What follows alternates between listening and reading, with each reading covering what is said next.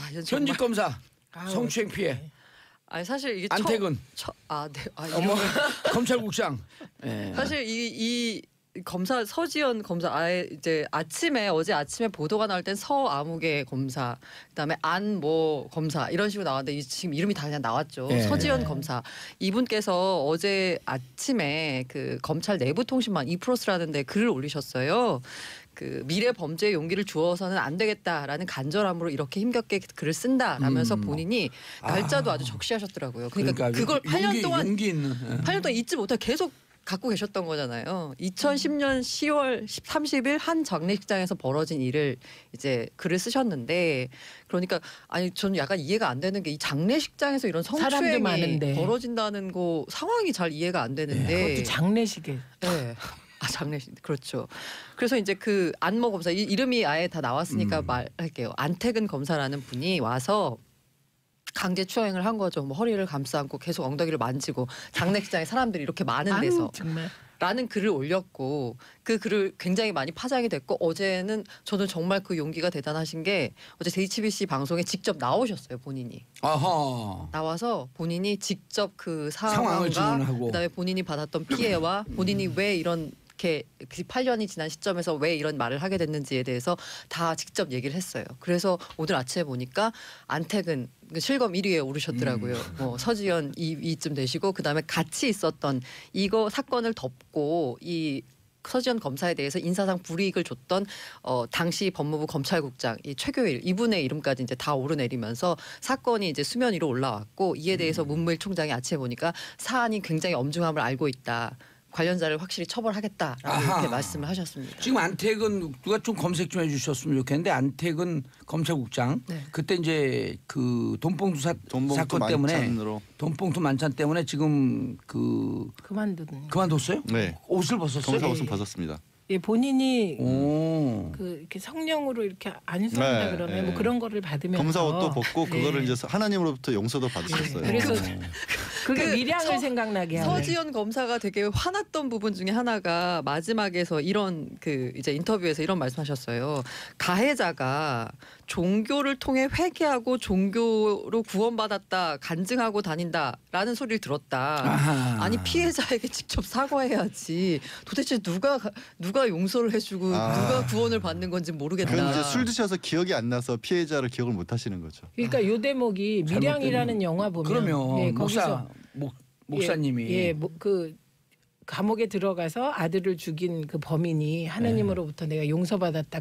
그 얘기를 듣는 순간 전도연이 나오다 기절하잖아요. 그 장면이 떠오르더라고요. 잘못된 회계론이죠. 예. 예. 그런데 정말 이게 우리 그 서지현 검사. 서지현 검사 용기에 박수를 보내는 게 그런 말이 있잖아요. 과거의 범죄를 어설프게 네. 처벌하면 미래에 더 큰 범죄에 용기를 주는 그렇죠. 것이다. 그 얘기를 딱 했네요. 거기서. 네, 처음 시작을 그렇게 하셨고요. 네. 이제 이분이 얼마나 이제 고민을 많이 했겠어요. 8년 동안. 8년 동안 고민해서 내부 통신망에 올렸고, 이 내부 통신망에 올린 것만으로는 그 주변에서 그렇게 얘기했었대요. 주위에서 피해자가 직접 나가서 얘기를 해야지만 진실성에 무게를 줄 수 있다라고 해서 자기가 본인이 직접 나왔다라고 했는데, 글을 쓴다는 것도 물론 엄청난 용기지만 직접 나온다는 건 정말 그러면 정말 그렇죠. 어마어마한 용기거든요. 근데 너무 가혹한 용기를 우리는 요구한 거고, 어찌 보면 내부 통신망에 쓰면 네. 저거는 거짓을 얘기할 수 없는 거 아니에요. 네. 그렇죠. 그 정도만 해도 우리는 그 용기에 박수를. 고란 기자님 울라 그랬어. 난 너무 우세요. 울고 싶은데 울어야 돼요. 엉엉 우세요. 엉엉. 네네. 예. 아이고, 왜냐하면 맞춰서. 같은 여성 입장에서 얼마나 동병상련의 그 감이 있겠어요. 기자들도 여기자들도 이런 성추행을 많이 당해요. 네. 그래서 문제가 되는데 네. 늘 유야무야 돼요. 예. 근데 이게 딸 저는 같아서 그렇대잖아요. 이런 일이 벌어진 박모. 것도 캐디. 의장 캐디. 벌어진 웃으면 안 것도 되는데. 벌어진 거지만 죄송한데. 당시 상황에서도요. 정말 몇 가지 황당한 정말 있을 수 없는 일이라는 게, 그때 장례식장을 지적을 했지만 옆에 있던 사람들이 법무부 장관을 포함한 검사들이었어요. 다 보고 있었어요. 보고 있었는데 말리지 않았다는 거예요. 양절 언니. 예. 말리지 않은 얘기는 우리 3부에서 계속 하시죠. 네. 예. 벌써 끝났네. 자, 청취자 여러분들, 시청자 여러분들 함께해 주시기 바라겠습니다. 샵 1035 짧은 문자 50원, 긴 문자 100원. 박상민님, 정말 싸워빠진 검찰. 권력으로 얼마나 여검사들을 휘둘렀을까요? 정말 개혁이 필요합니다. 자, 안택은 그때 당시에 만약 문제가 됐더라도요. 검찰한테 조사하라 그러면 조사 못하잖아요. 그래서 공수처가 필요하다. 그러니까 그게 문제라는 거예요. 네. 아까 제가 드리던 말씀이 저는 굉장히 정말 분노했던 것 중에 하나가 그 자리에 법무부 장관을 포함한 다른 검사들이 있었다는 거 아니겠어요? 범죄 행위를 목격하고 누군가는 눈을 봤을 감은 거예요. 거잖아요. 누군가는. 그리고 그러면 사실상요. 단순 목격자가 아니라 이 사람들은 방조범이라고 봐야 되는 거예요. 강제 추행에 있어서. 물론 서지현 검사님 말씀만 가지고 정확하게 어떤 혐의를 특정지을 수 있을지는 모르겠지만 만약에 있어요. 특정 지을 수. 저 정도인기면 특정 지을 수 있어요. 강제추행죄로 특정을 짓는다고 치면 이건 10년 이하 징역형이 가능한 중대 범죄거든요. 공소시효도 아직 남았어요. 어머머. 그러니까 이걸 어떤 걸로 하느냐에 따라서 좀 달라질 수 있지만 최악의 경우 그렇게까지도 볼 수 있는데 그런 사건을 눈앞에서 벌어지고 있는데 묵과했다. 더구나 2010년이면 어린 여검사예요, 사실은. 그러면 정말로 그 자리가 만약에 진짜 뭐 혹시라도 술에 취해서 진짜 그런 것 같아서 민망한 자리다라고 하면 뭐 기자 헛기침을 한다든가 아니면 서검사 잠깐 얘기 좀 하지 누가 데려가 나갈 수도 있었어요. 근데 어제 서검사님 얘기를 하시는 거 보면 상당 시간 지속되는데 그걸 아무도 안 말렸어요. 그럼 뭡니까 이게? 그러고 나서 더 이후에 더 화가 나는 건 뭔가 뭐 이문정 검사님도 그랬었고 문제를 좀 삼았어요. 그랬더니 서 검사님 주장으로는 그 이후에 보복. 인사 불이익이 계속해서 이어졌다는 거예요. 그러니까 이제 그렇게 해서 그 표현에 따르면 전부 환각 상태에 있는 것 같았다. 이렇게 사람이 많은데 이런 일이 벌어지고 있고 아무도 뭐 안 보는 척. 안 보는 척, 그러니까 못 본 척 한 거죠.라고 해서 했는데 나중에 해서 이걸 어떻게 해야 되지라고 이제 해서 그 이문정 그 검사님께서 이제 연락을 해서 아니 이런 일이 벌어졌다는데 누구냐 누구 하니까 이분은 걱정이 된 거죠. 이게 어린 상황이고 내가 이렇게 하면 2차, 3차 피해를 당할 수도 있으니까 또 뭔가 또 불이익도 걱정이 됐고 라고 해서 자기 상사들하고 상의를 했더니 야 내가 사과를 받아줄게. 여기서 그냥 우리 덮자. 그랬는데 연락이 없었다. 연락이 없었다. 그러니까 소속 상관들 그 같은 지청 안에 있는 상관들은 야 미안하다라고 얘기했지만 정작 당사자는 사과가 없었고요. 예. 그리고 나서 2015년에 그 사무감사라고 있다고 하는데 그러니까 이게 얼마나 일처리를 잘했냐를 감사를 하는데 이분께서 그 일이 있기 전까지는 법무부 장관상도 받았고 두 번 받았답니다. 이후에도 이렇게 2번이나 받은 전력이 있는 그런 일을 못하는 사람이 아닌데 지적을 받고 그리고 통영지청으로 발령이 난 거죠. 근데 인사 어제 불이익을 당한 거죠. 네, 예. 그렇죠. 안택은 전 검찰국장에 대해서 잠깐 설명을 하면요. 우병우 대학교 1년 후배예요. 연수원 1년 후배. 대학교 3학년 때 사법고 실패한 연수원 20기. 소년급제. 그리고요. 국정농단 사건의 주범이에요. 네. 주범 중에 하나. 우병우 직계 라인. 제일 잘 나가는. 봉도사 정치 AI 같아요. 그리고요. 보세요. 이 성추행할 때 이게 자꾸만 50이 넘으면 뭐 아주 뭐 나이 들고 지긋한 이런 분이 성추행한 것처럼 보이는데 이 성추행할 그때 당시에 나이 44살. 새파란 예. 어린 XX가 예, 그것도 그런데요. 저는 어제 인터뷰에서 좀 끔찍했던 게 그 검찰청 내에서 성폭행도 있었는데 그 성폭행 당한 여검사를 잘 나가는 검사 발목 잡는 꽃뱀이라고 비난했다는 거 듣고 이것도 진짜 너무 깜짝 놀랐어요. 이렇게 성폭행도 있었고요. 그렇죠. 서검사가 쓴 글을 보면 성추행 사실을 문제 삼으면 잘 나가는 검사 발목 잡는 꽃뱀이라는 비난이 쏟아진다.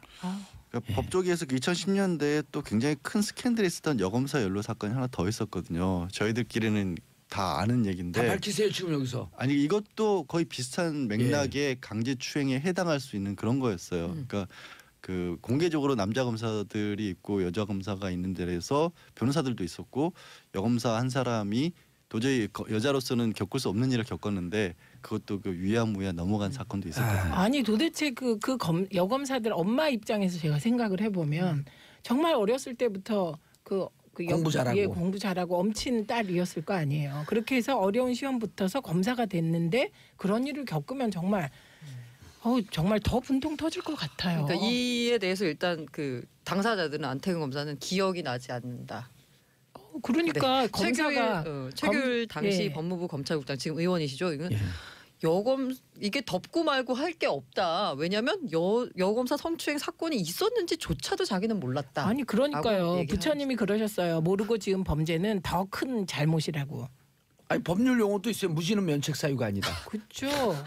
아니 그리고 여검사가 이렇게 당할 때 보통 작업장에서 공장에서 정말 힘없는 여성 근로자들은 얼마나 당할까. 맞아요. 그리고 이 아까 그 꽃뱀 프레임이요. 이거는 모든 뭐 검찰 조직뿐만이 아니라 모든 조직에서 약간 벌어지는 것 같은데 그 이 미투 캠페인 한국에서 그 촉발됐던 맞아요. 그 한샘 사건 그 사건도 처음에 그걸 문제 제기했을 때 회사에서 회사 이미지도 있으니까 그냥 좀 덮자라고 했던 그리고 또 이 친구가 신입사원이니까 그래 그럼 알았어라고 했는데 휴직을 갔다 와서 보니까 소문이 어떻게 났냐면 꽃뱀이 건드렸다. 라는 식으로 하니까 이 친구가 열이 받아가지고 이렇게 사건이 터진 거라고 하거든요. 그런데 이게 성추행을 당하고 있었잖아요. 네. 성추행을 가했던 안택은 그다음에 여상규 이 사람들이 이 서지현 검사의 명줄을 쥐고 있는 인사권자들이에요. 네, 여기 여상규는 아니고 근데 여상규는 최규일입니다. 최규요. 네. 잠깐만요. 이게 계속 나오니까 뭐 하도 문제들이 많으니 이게 뭐 여상규 자, 의원은 고문. 고문. 다음 얘기해야 되는 수로 1613 예. 님, 이렇게 저는 마무리. 어제 저는 서지현 검사 인터뷰 보면서 울었습니다. 오늘 말씀하면서 고란 기자도 울었어요. 서 검사님 절대 그만두시면 안 돼요. 국민들의 따뜻한 시선이 필요합니다. 이제 정상화되니까 많은 국민들이 여기에 따뜻한 시선을 보내주는 거예요. 보도도 안 됐을 거예요. 만약 이게 이명박 박근혜 정권 시절이면 보도도 안 됐어요. 네. 보도되면 그 기자 불이익 당하죠. 한번 보도해 보세요. 불이익 줄 테니까 이랬을 거예요. 조은채님 일반인이면 이렇게 이슈가 안 됐을 텐데 현직 검사는 이슈가 되는 듯 용기 한 표 드립니다. 이 서지현 검사의 용기 있는 이 그 뭐랄까요 공개 이게 이제 많은 여성들의 또 용기를 주는 거죠. 그래서 우리 사회가 좀 정상화될 수 있는. 그 부분을 저는 이걸 그냥 넘겨서는 안 되는 게요. 서 검사도 이 전 세계적인 운동이 됐던 미투 운동에서 용기를 얻었다는 얘기를 하셨거든요. 근데 미투 운동과 우리나라의 큰 차이가 있어요. 왜 우리나라는 그럼 그 전에는 이슈화가 안 됐을까? 외국에서는 그것이 들고 나와졌을 때 형사 처벌도 됐었고 손해배상도 가능하고 피해 여성들에 대한 사회적 조치가 바로 가해졌었거든요. 제도적인 장치가 있어요. 우리는 과연 저는 그거를 분수점이 되는 게 서검사 사건을 검찰이 어떻게 처리하느냐에 따라서 앞으로 억울한 여성들이 나오느냐 안 나오느냐. 만약에 서검사 사건이 위야무에 덮이잖아요. 앞으로 더 억울한 일을 당해도 이제 여성분들 못 들고 나옵니다. 그리고 이 기회에 이렇게 검찰 처벌할 수 있고 조사할 수 있는 공수처 이것 때문에도 공수처 얘기 더 많이 해야 돼요. 그러니까요. 예. 자 다음 이슈 여상규 의원 국회의원 좀 박탈해 주세요. 양 변호사님. 그러니까 지금까지는 이제 검찰이 지금 계속 이슈가 이분 됐잖아요. 민주당 분이에요? 아니요, 검찰이 지금까지. 아니 여상규 의원은 여상규 의원. 의원이요. 자유한국당 말씀드릴게요. 그럼 야당이면 야상교회지 또 여상교. 그 말씀을 하고 싶어서. 저 얘기 안 할래요. 하세요. 하세요. 괜찮아요. 토닥토닥. 용기를 줍시다. 토닥토닥. 지금까지 이제 검사 얘기였는데요. 이 검사들 이 게시판 검색어 1위를 하기 전에는 판사인 여상규 판사 출신 여상규 의원이 검색어 왜 이래요 진짜. 1위를 차지하고 있었거든요. 이제 법원이 검찰에 밀렸네요. 네. 예. 근데 하여튼 어떻게 된 거냐면 여상규 의원이 지금은 국회의원이고 삼선 의원입니다. 근데 판사로 재직하던 시절에 1심 사건에서 무기징역을 내렸던 사건이 있어요. 근데 그 무기징역 사건이 지금 한참 이슈가 되고 있는 아까도 얘기했죠. 1987과 같이 조작된 간첩 사건이었던 겁니다. 그래서 1심에서 무기징역을 언도를 했는데 나중에 재심으로 무죄로 풀렸어요. 물론 18년을 살았잖아요 감옥을. 18년 이분 23년 살지 않은 그 정도를 사셨어요. 사실 지금은 그때 당시 당했던 고문 때문에 정신적으로도 약간 문제가 있고 기억 상실증도 있을 정도인데 그 아들이 그때 당시 끔찍했던 일 같은 것들을 다 뭐에 증언을 했냐면 이 SBS 그것이 알고 싶다 프로그램에 나와서 우리 아버님이 이런 고초를 겪었습니다. 어떻게 당했는지는 제가 말로 옮길 수가 없어요. 너무 뭐 끔찍한 일이라서. 근데 그거를 이제 취재진이 여상규 의원에게 전화를 겁니다. 1심에서 무기징역 했는데 이분이 재심으로까지 나왔다. 이것에 대해서 어떻게 생각하십니까? 마음이 아프지 않으십니까? 그랬더니 뭐라고 하냐. 웃기고 있네 이 양반이. 내가 그때 재판이 일주일에 10몇 개씩 처리를 했는데 그걸 어떻게 기억을 하냐는 투로 받아들인 겁니다. 근데요. 일본에 갑자기 소개시켜 준 일화가 생각나는데 일본 사법부에 굉장히 그 어떤 신화라기보다 그 사법부의 전통을 지켜주는 유명한 얘기가 있는데 일본의 법조 초기에 판사 한 분이 자기가 1심 재판 때 재판을 잘못해서 한 사람을 억울한 사람을 처벌한 걸 알고 거기서 법복을 벗고 머리를 깎고 절로 들어가요. 그러면서 평생을 참여하면서 법관들의 문제점에 관한 글을 계속 일본 사법부에 써서 보내셨던 일화가 있거든요. 자기 그렇게까지 바라지도 않아요. 재심인에서 무죄가 나왔다는 얘기는 그때 1심 법원이 잘못됐다는 거잖아요. 그렇죠. 근데 네. 이분은 뭐라고 얘기를 하냐면 아니 재판이 너무 많은데 이게 고문 때문에 한 건지 내가 어떻게 하냐 이렇게 나오는 겁니다. 한 집안은 풍지박산을 내놓고. 멀쩡한 사람이 20년 가까이를 근데 안태근 국장이나 이 그 여상교 의원 같은 사람들은요 머리 깎고 절에 들어가면 안 돼요. 불교 적폐 원인이 돼요. 근데 저는 이 여상규 의원의 그 반응을 보고 진짜 서글펐어요. 왜냐하면 정봉주 의원님도 당해보셨겠지만 이 고문이나 구타당하는 거 있잖아요. 그 경찰서나 네. 뭐 어디 끌려가서 그게 평생을 가는 고통이에요. 예, 그리고 그때 깜짝 놀라잖아요 자다가. 예, 그리고 저는 이렇게 처음에 시위 주동하고 들어갔을 때 경찰서에 끌려가서 하얀 방에 방치됐어요. 그게 얼마인지 저는 모르죠. 그때 공포가 제일 컸어요. 차라리 들어와서 때리면 좋아. 그런데 하얀 방에 방치됐 고통이 지금도 있거든요. 그런데 이렇게 당한 사람들은 평생을 지고 가는 상처인데 야 당시에 검사는 뭐 반응이 여러 개 나왔고 네. 이근한의 경우는 예. 뭐 지금 저기 전도하고 다니시잖아요. 회개하고. 예. 그리고 회개한 척하고. 예, 판사가 이랬다는 게 그래도 그때 어쨌든 판사는 좀 피고의 입장을 들어주지 않을까 그래서 많은 공안 사건의 관계자들 특히 납부거부들 같은 경우 예. 엄청나게 고문당하거든요. 판사 앞에서 막 울부짖어서 판결을 바꾼 사람도 있어요. 그렇죠. 그리고 그걸 들어준 판사들도 있었어요. 최후의 보루라 하잖아요 양심에. 최후의 보루란 얘기를 어제 우병호 전 민정수석이겠죠. 검찰이 지금 정치 보복을 하고 있는데 법원이 나서서 이 사법부가 살아있다는 걸 보여달라고. 그 우병우가 그건 맞지. 적폐 표적 수사의 아주 대명사 아닌가요? 그런 거 잘하시는 걸로. 그걸 자기가 그렇게 한 것 때문에 이제 보복을 당하고 있으니 이제 법원이 나서서 나를 구제해 달라고 어제 최후 변론에서 그건 얘기했죠. 마치 최순실 씨가 이 땅의 민주주의가 어디 갔냐라고 외치던 모습과 비슷하네요. 자, 고문 얘기는요. 저희 집안에도 이제 광주 사건 관련해서 광주 고문을 당했고 지금 이제 유공자 얘기기도 한데 음. 그분이 겪은 얘기를 해주시는데 이런 거예요. 요즘은 이제 지하철 자동 판매기지만 지하철 표 판매하는 네. 분 있잖아요. 서울 올라오셔가지고 수십 년이 지났잖아요. 이미 이제 유공자로 소원도 받고 표 판매원이 고문을 자기를 고문했던 사람이랑 너무 똑같이 생겼더래요. 근데 그 순간에 그냥 거기 주저앉아서 움직일 수가 없더래요.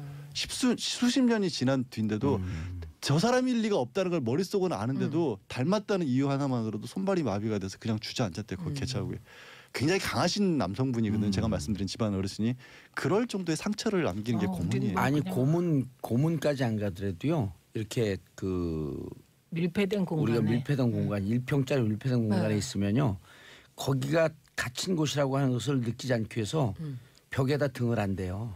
아. 그래서 문득 벽에 등을 대면 깜짝 놀래요. 근데 지금도 음식점 가고 벽에 등이 닿으면 깜짝 놀래요. 그리고 벽에서 등을 띄워요. 그런데 그 징역 살면서도 그런 거거든요. 근데 이 고문을 당하면 옛날에 민문협 그 민중문화운동 하던 선배들은 그 국정원을 끌려갔잖아요. 근데 이분들은 예민하니까 예술가니까. 예술가니까. 아까 이제 최민희 의원은 하얀 방에 놓다 그러잖아요. 하얀 방에 놓아갖고 너무 이게 머리가 어지럽고 수도가 있으니까 수돗물을 틀면 하얀 물이 나와요. 네? 그리고 며칠 있다 빨간 방으로 옮기고 또 물을 틀면 빨간 물이 나와요. 예? 파란 방으로 옮기면 파란 물이 파란 나와요. 물이 나와요. 그리고 그래요? 일주일 있으면 돌아버려요 다. 아, 그런 고문을 당해요.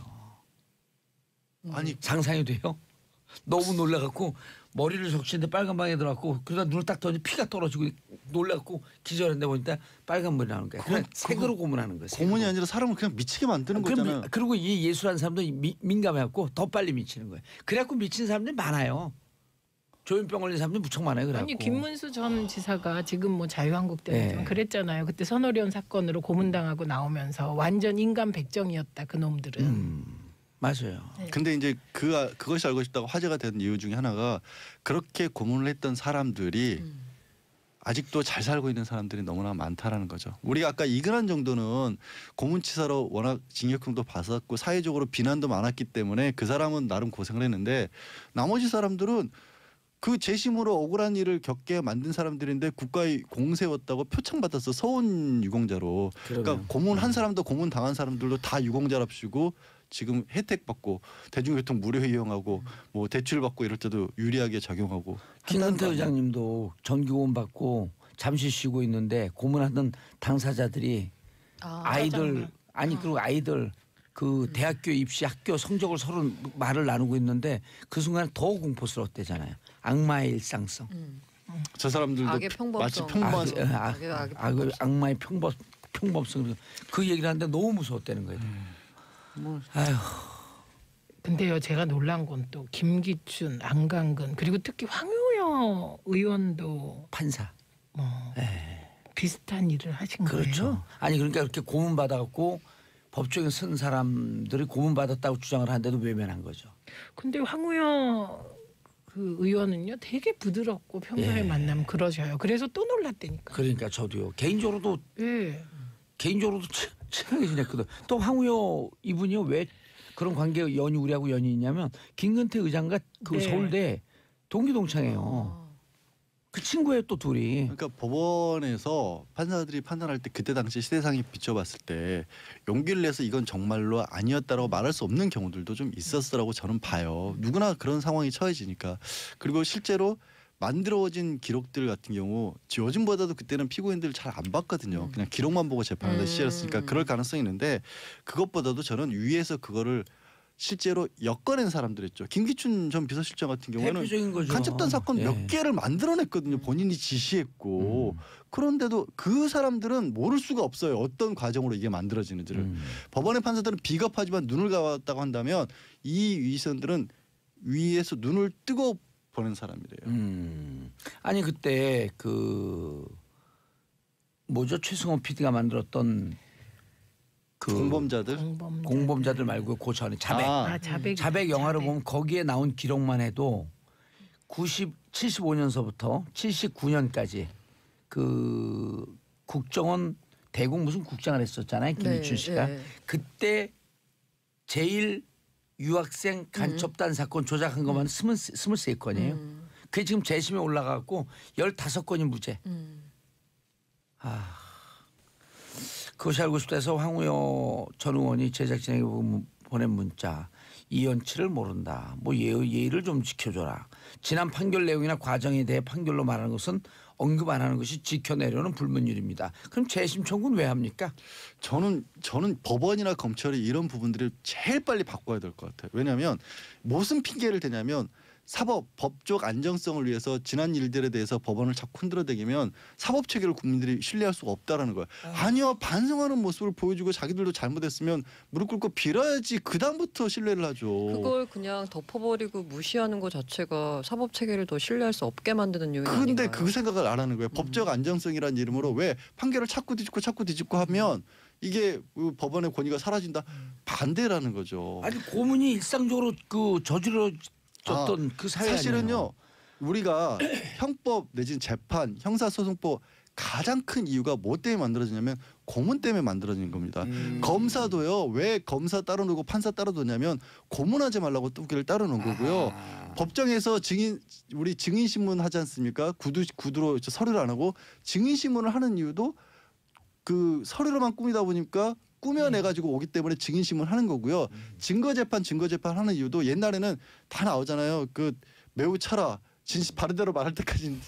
그래서 그걸로는 재판하면 안 된다고 하기 때문에 만들어진 기 때문에 지금 법이라는 것 자체가 어떻게 보면 고문과의 싸움의 흔적인 거예요. 그렇죠. 기록인 거예요. 이거 지금 말씀하신 게 참여정부 때 사법개혁의 핵심이에요. 공판 중심주의. 예. 이현재 대법원장이 얘기했나요? 검찰의 공소장을 집어던져라. 아 그거는 이현재 대법원장이 아니라 누구였었죠? 양승태 이전에 누구였죠? 예. 갑자기 왜 이용환 이는 맞아 이 대법원장. 예, 하여튼 네, 그렇습니다. 이용훈 대법원장. 아 이용훈. 예, 이용훈 대법원장.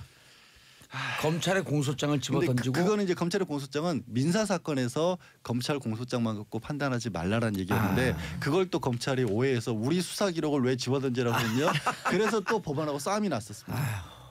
그래서 공판 중심주의로 가는 게 검찰이 수사하다가 네. 혹시 고문했을까 봐. 그렇죠. 직접 보고 판사가 판단하라는 거였죠. 자, 다음 이슈. 신의 직장 기관장들은 신의 능력자 또 채용 비리가 네. 공공기관에서? 이게 사실 그 여기서도 화제가 됐던 강원랜드 예. 그 비리 사건 등등 여러 가지가 터지면서 아예 전수조사를 했어요. 그래서 공공기관 그리고 유관단체들 대상으로 전수조사를 벌였더니 전체 80%에 달하는 900여 곳에서 이 역의 기관에서 4,800여 건의 채용 관련 지적 사항이 쏟아졌고요. 여기서 일단 징계, 문책이 필요한 비위만 255건이고 수사 의뢰가 109건이 들어갔습니다. 그리고 관련된 현직 기관장 8명은 즉시 해임했고요. 그다음에 임직원 382명을 업무에서 배제했습니다. 이게 되게 만연했다는 얘기인데 전수조사를 하면서도 일말에 약간 그런 기대는 있었어요. 이게 강원랜드나 뭐 가스공사 등등 나왔던 터졌던 곳에만 국한됐으면 했으면 좋겠다라고 바랬으나 역시나 슬픈 예감은 틀린 적이 없는지 전수조사했더니 정말 많이 나왔습니다. 거의 다 나온 거 아니에요? 네, 거의 나왔어요. 80%면 다 나온 거죠 거의. 그리고 이게 유형을 보면은 일단 기본적으로 이거는 뭐 기본으로 깔고 가고요. 이 배수 조정. 예를 들어서 서류 전형에서 뭐 20배를 뽑아가지고 그다음 면접에서는 뭐 5배로 추려서 이렇게 최종 뽑는다. 이 배수 조정 기본입니다. 넣고 싶은 사람이 그 배수에 못 들면 서류 전형이 만약에 20배였다 그러면 30배로 늘리는 겁니다. 그 안에 집어넣는 거죠. 아, 면접에서 끌어올리려고. 네, 끌어올리려고. 그래서 그 케이스 중에 하나는 뭐 유형을 제가 3가지로 분류해봤거든요. 예. 첫째는 이제 몰래 뽑기. 우리 기관의 채용을 그 구직자들에게 알리지 마라. 예, 라는 건데요. 이른바 이순신 채용이죠. 네. 우리의 비리를 아무에게도 알리지 마라. 네, 이게 이제 그 아라뱃길 관리하는 워터웨이 플러스라는 국토부 산하 공공기관이 있는데요. 직원 3명을 뽑으면서 채용 공고 서류 전형을 하지 않았습니다. 네. 대신 회사 고위 인사가 이렇게 지정하는 사람들만 지원했습니다. 네, 그래서 이제 붙었고요. 그 다음에 이 두 번째 유형. 법무부 산하의 한국법무보호복지공단 역시 공단 홈페이지에만 채용 공고를 냈습니다. 그 채용 홈페이지를 들어가서 열심히 매일 보지 않고서는 도저히 이게 사람 뽑는지 안 뽑는지 알 수 없는. 그거 보나마나 딱 올렸다가 내릴 거예요. 자기가 지정한 사람 그 신청 얼른 내렸을 거예요 아마. 두 번째는 미리 뽑기, 소위 말한 내정이라고 하죠. 아예 다 정해놓는 거죠. 근데 되게 황당한 게 이 한식진흥원이었는데요. 서류를 내지도 않았는데 합격을 한. 한식진흥원? 네. 한식 이른바 이제 세계화? 그거는 두 네. 번째 유형은 선행학습이 아니라 선행고용. 선행고요. 네. 세 번째. 세 번째가 그 특정인을 위한 패자부활전이라고 했는데 아까 말한 그 배수 조정 같은 건데요. 네. 그래서 한국원자력의학원회라는 곳이 있습니다. 네. 그래서 이제 인사위원회를 열은 다음에 계약직 사원의 무기직 전환을 심사했거든요. 근데 여기서 심사를 했더니 좀 안 되는 것 같다 해서 탈락을 했습니다. 그랬더니 원장이 나서서 인사위원회를 다시 열어라. 라고 지시를 한 다음에 패자부활전이네 진짜. 네, 채용을 반대한 인사위원들을 면접관에서 배제시켜 버렸습니다. 근데요 이번에 우리가 그 이제 마지막 유형은 무슨 유형인지 아세요? 패자부활전이 아니에요. 네. 골든벨 유형. 근데 우리가요 이전에 이 얘기 여러 번 했잖아요. 네, 맞아요. 네, 취업 비리. 근데 네. 그때 피해자를 구제할 길이 없다. 네. 그다음에 또 하나는 그렇게 비리로 채용된 들어간 사람, 사람들을 네. 쫓아낼 아웃시킬 수가 수 없다. 없다. 네. 그래서 걱정을 했는데 이번에 역시나. 300명 정도를 네. 아웃시키겠다. 아웃시키겠다고 오호. 발표한 거는 고무적인 것 같고